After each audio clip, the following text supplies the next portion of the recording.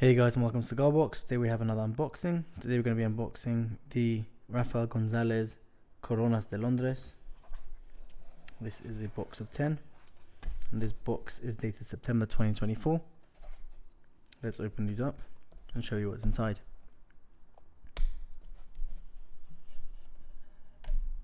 So first you're greeted with this cedar wood with an engraving of the logo.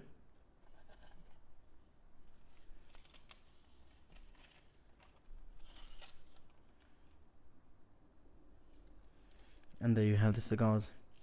These cigars are Habanos number 4, which is 5 inches by 48 ring gauge. And these cigars are light body cigars. These cigars, the leaves and the binder are all long filler cigars made by hand. And these are from the Vuelta Abajo region, which is the same region as where the Hoyo de Monterrey cigars are made, which means that this is a very light, easy cigar to smoke. Let's take one out.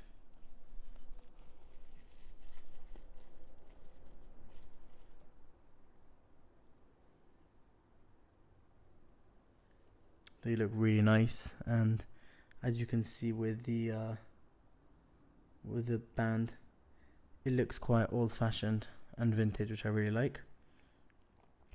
I personally have never had any of these cigars from this brand, at least, and I'm quite looking forward to enjoying these when they become 1 year old, because I try not to smoke cigars that are younger than 1 year old.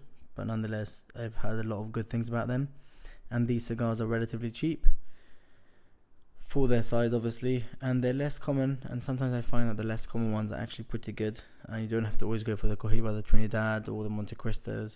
Sometimes the small brands in the Habanos portfolio actually bring quite good value for money to the table. So I'm quite looking forward to try these.